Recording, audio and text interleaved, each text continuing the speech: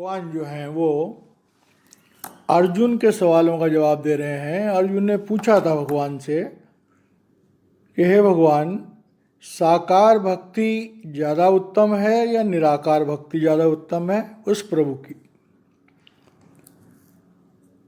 तो भगवान अर्जुन को समझा रहे हैं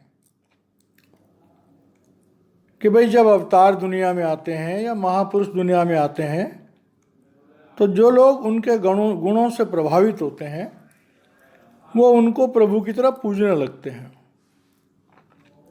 लेकिन कुछ लोग होते हैं ये जो तू अक्षरम अनिर्देश्यम अव्यक्तम प्रियुपासते, तो कह रहे हैं ये, लेकिन जो लोग अक्षरम अविनाशी अनिर्देश्यम निराकार अव्यक्तम अप्रकट प्रियुपासते पूजा करते हैं, उपासना करते हैं, ये प्रभु के गुण हैं। सर्वत्र गम, जो सर्वव्यापी है, अचिंत्यम, कि जिसका हम मन बुद्धि से चिंतन नहीं कर सकते हैं, उसका कल्पना नहीं कर सकते हैं कि वो कैसा है। कूटस्थम, अपरिवर्तित है, जो कभी बदलता नहीं है।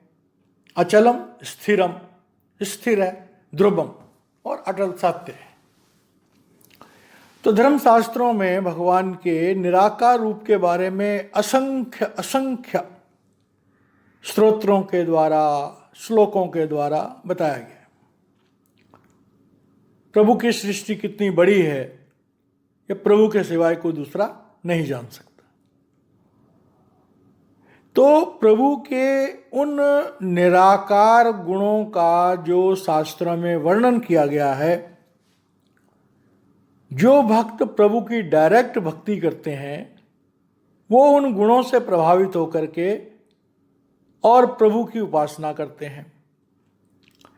अब जब वो प्रभु की उपासना करते हैं तो सबसे बड़ी प्रॉब्लम ये है कि प्रभु ने अपने साथ जुड़ने के लिए सिर्फ मनुष्य को वो सूक्ष्म आंख दी थी, जिस सूक्ष्म आंख के द्वारा मनुष्य प्रभु को देख सकता था, और वो सूक्ष्म कान दिए थे जिनके द्वारा मनुष्य प्रभु को सुन सकता था।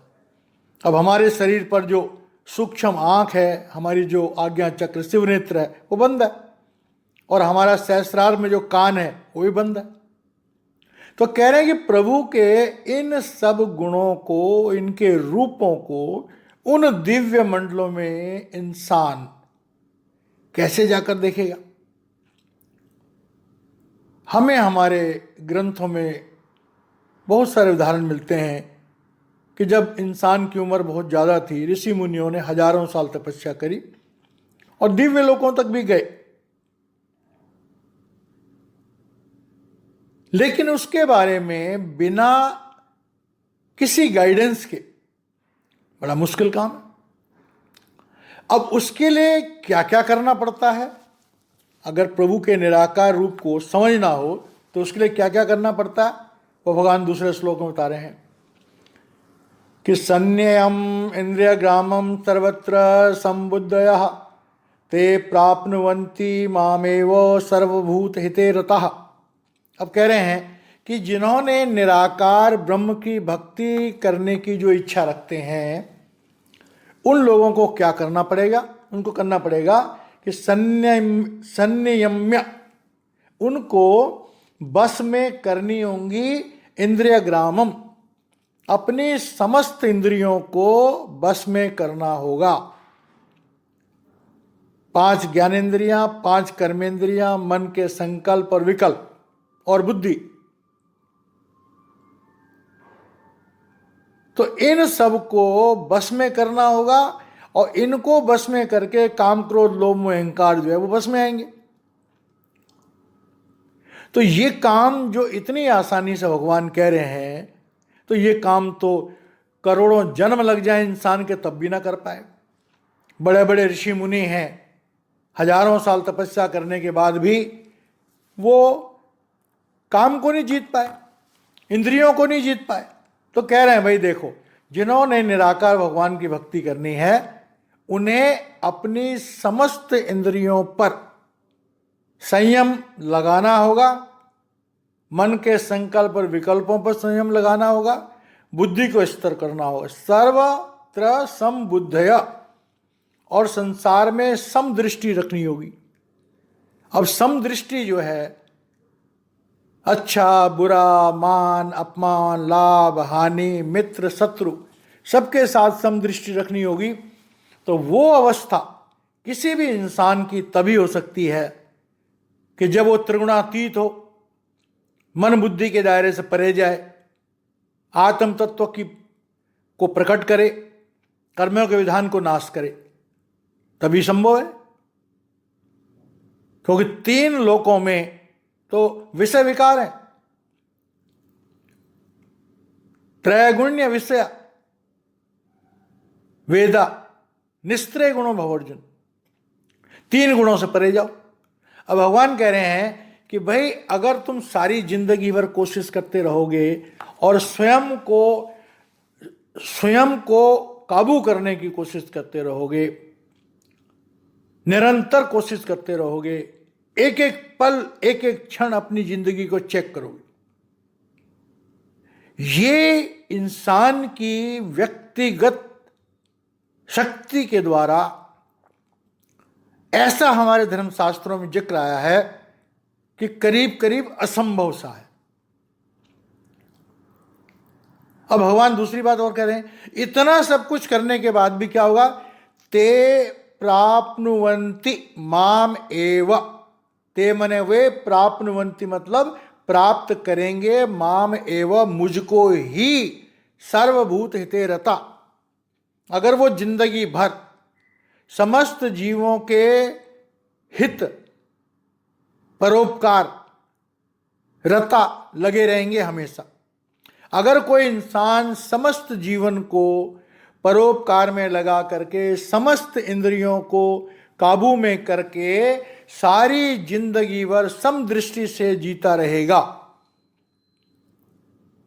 तो वो मुझको ही प्राप्त करेगा। अब देखिए ये कितनी बड़ी सच्चाई का यहां जिक्र कर रहे हैं कि जब परमात्मा पृथ्वी पर आते हैं, भगवान राम आए, भगवान कृष्ण आए, या जो इंसान प्रभु के दर्शन करने का दावा करते हैं, जैसे कबीर साहब ने कहा, हम तो भेदी धूर धाम के लाए हुक्म हजूरी। किसी महापुरुष ने कहा कि लौट आए हैं यार के दर से, वक्त ने जब हमें पुकारा है। गुरबाणी कहती है, सतपुरुष जिन वेखिया सदगुरु तिसका नाम, तिसके संग सिख उदरे नानक हरिगुण गाओ। भाई बहुत लोगों ने नानक का पातशाह दिस से जाहिरा, बिहोल्ड द लॉर्ड। धर्मशास्त्रों में, खासकर संत मत में, सारे धर्मशास्त्र भरे पड़े इस बात से, इस बात की गवाही से कि मनुष्य रूप में इंसानों ने प्रभु को देखा। अवतारों ने तो खैर वो प्रभु की शक्तियां लेके आते थे, लेकिन संत मत में भी संत महापुरुष, सिद्ध पुरुष प्रभु की शक्ति या तो लेके आते हैं या जीवन में प्राप्त करते हैं, और वो प्रभु से मिलते हैं, प्रभु की शक्तियों को प्राप्त करते हैं, और प्रभु के जैसी शक्तियों के द्वारा इंसानी जीवन में रह करके, इंसानी शरीर में रह करके, और दुनिया के लोगों को उस सच्चाई से जोड़ते हैं।